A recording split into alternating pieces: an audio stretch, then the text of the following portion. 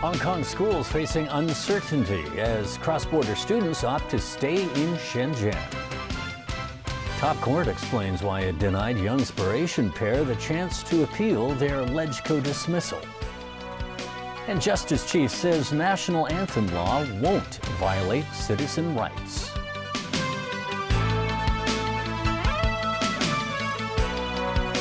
Good evening and welcome. Some primary schools are getting a crash course in enrollment thanks to a new Shenzhen education policy. Many cross-border students are switching to mainland schools, creating uncertainty for local schools that depend on cross-border student enrollment. Wenna Wong reports. After a long summer holiday, it was the first day of school for most kids in the city. And for some schools, it's also the moment of truth. How many of their cross-border students have decided to stay? And just how many have decided to give up their Hong Kong school places for something a little closer to home? In April, the Shenzhen government announced it would begin allowing Hong Kong-born children to study at its public primary schools.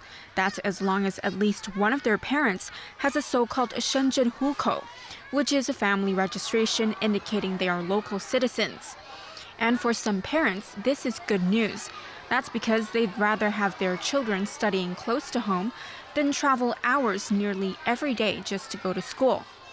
This year, some 4,700 cross-border kids were allocated a spot in Hong Kong primary schools. For this relatively young 9-year-old school in Tin Shui Wai, the principal said 178 cross-border students had registered, but only 58 actually showed up to class today. This is even more than what he had originally expected. Secretary for Education Kevin Young was out and about to make sure things were smooth on the first day of school. While visiting a school in Zhangguanou, he said authorities won't be able to confirm just how many students have given up Hong Kong for Shenzhen until later this month. We understand that there will be some students, mainly from Shenzhen. They may prefer to go back to Shenzhen to study. But we will have to wait for another few days or 1 or 2 weeks before we could know, or we have the final figures of how many students will go back. But anyway, I think that won't be having any major or significant impact on our system. He said the government will decide then whether there's a need to decrease the number of classes and resources at certain public schools. Wenna Wong, TVB News. The observatory says it may issue the standby signal number 1 tomorrow as tropical depression Mawar edges closer to us. The storm was centered about 190 kilometers east of Dongsha this afternoon. It's forecast to move slowly and linger over the northeastern part of the South China Sea. But the observatory did say it posed a relatively low threat for now.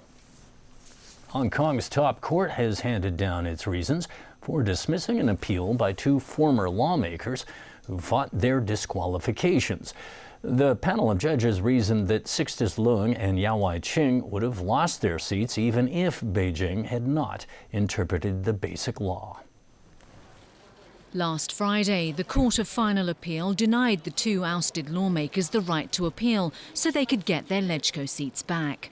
The reasoning behind its rejection of the pair's bid was handed down today. The Youngspiration duo won in the September 2016 LegCo election, but were disqualified for not taking their oaths properly in October. Then, in November, they were kicked out of LegCo following a successful government challenge. The pair were appealing against that verdict. The city's top court agreed with the lower courts that the pair had manifestly refused and willfully omitted and therefore declined and neglected to take the LegCo oath.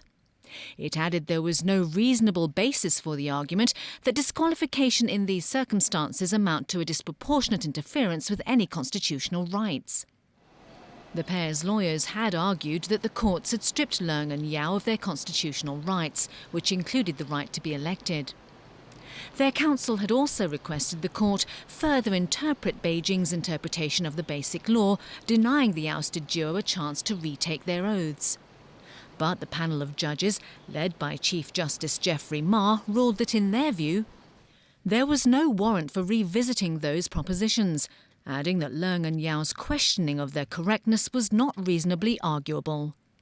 The judges were also satisfied the interpretation was clear in its scope and that the pair's disqualification was the automatic consequence of declining and neglecting to take the LegCo oath.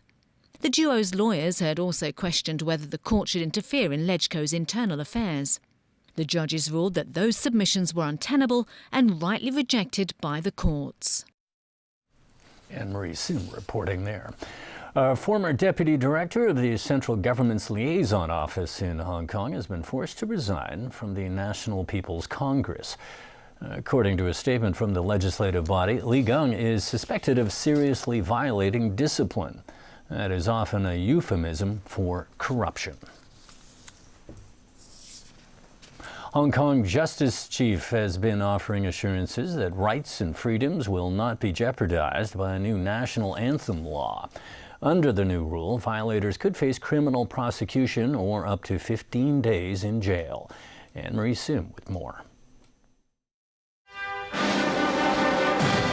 The draft law was adopted after a second reading at the bi-monthly session of the National People's Congress Standing Committee, which started on Monday. Mainland lawmakers have made the March of the Volunteers off limits at funerals and other improper private occasions, in commercials or as background music at public places. The law specifies the legal consequences of using the anthem in an insulting situation.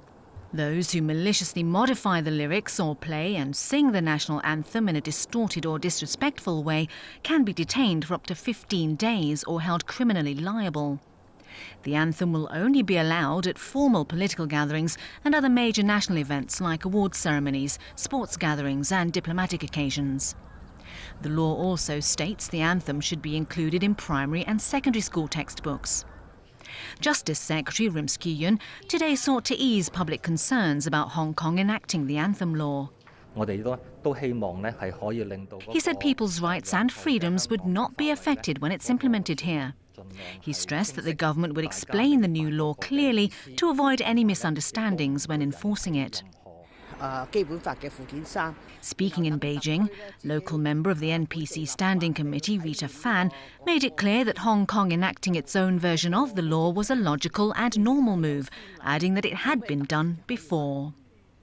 Anne-Marie Sim, TVB News.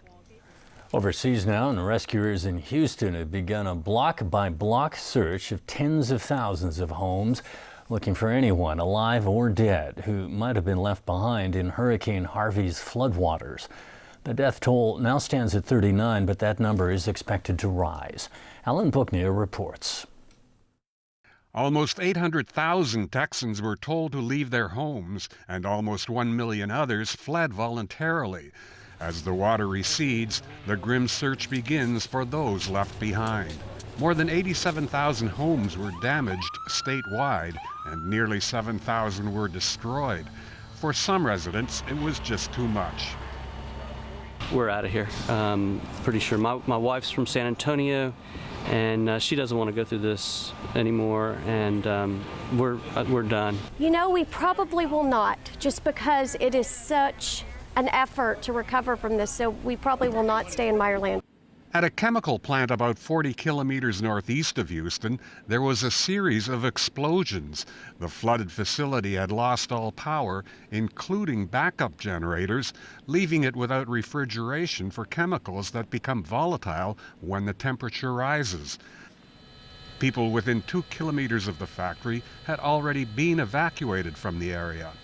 The operator of the plant said the smoke from the explosions can irritate the eyes, skin, and lungs, but no injuries were reported.